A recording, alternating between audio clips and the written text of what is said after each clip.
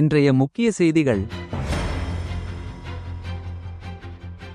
நெல்லை அருகே கல்லூரிக்கு செல்லுமாறு கூறிய தந்தையின் தலையில் கல்லை போட்டு கொன்ற 19 வயது வாலிபர் நெல்லை அருகே கல்லிற்கு செல்லாமல் இருந்ததை தட்டி கேட்டதால் மாரியப்பன் என்பவரின் தலையில் கல்லை போட்டு கொலை செய்ததாக 19 வயது மகன் தங்கம் பாண்டி கைது செய்யப்பட்டார். படித்தால்தான் முன்னேற முடியும் என மாரியப்பன் அறிவுரை கூறியதால் தங்கப்பாண்டி ஆத்திரத்திலிருந்ததாக கூறப்படுகிறது. இதை அடுத்து மாரியப்பனின் உடலை கைப்பற்றிய போலீசார் தங்கபாண்டியனிடம் விசாரணை மேற்கொண்டு வருகின்றனர்.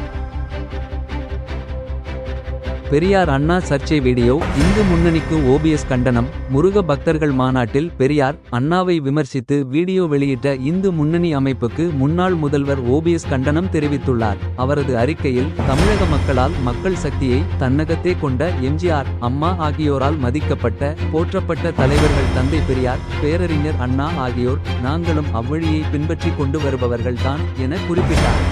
திருப்பூரில் இந்து முன்னணி பிரமுகர் 3 பேர் கொண்ட மர்ம கும்பலால் வெட்டி கொலை. திருப்பூரில் இந்து முன்னணி பிரமுகர் பாலமுருகன் புதனன்று அதிகாலை 3 பேர் கொண்ட மர்ம கும்பலால் வெட்டி கொலை செய்யப்பட்டுள்ளார். 30 வயதான அவர் வீடு திரும்பாத நிலையில் தலையில் பலத்த காயங்களுடன் இரத்த வெள்ளத்தில் அவர் வசிக்கும் வீதியிலேயே சடலமாக மீட்கப்பட்டார். இச்சம்பவம் தொடர்பாக 3 தனிப்படைகளை அமைத்து போலீசார் குற்றவாளிகளை தேடி வருகின்றனர். பாலமுருகன் பைனான்ஸ் தொழிலும் செய்து வந்துள்ளார்.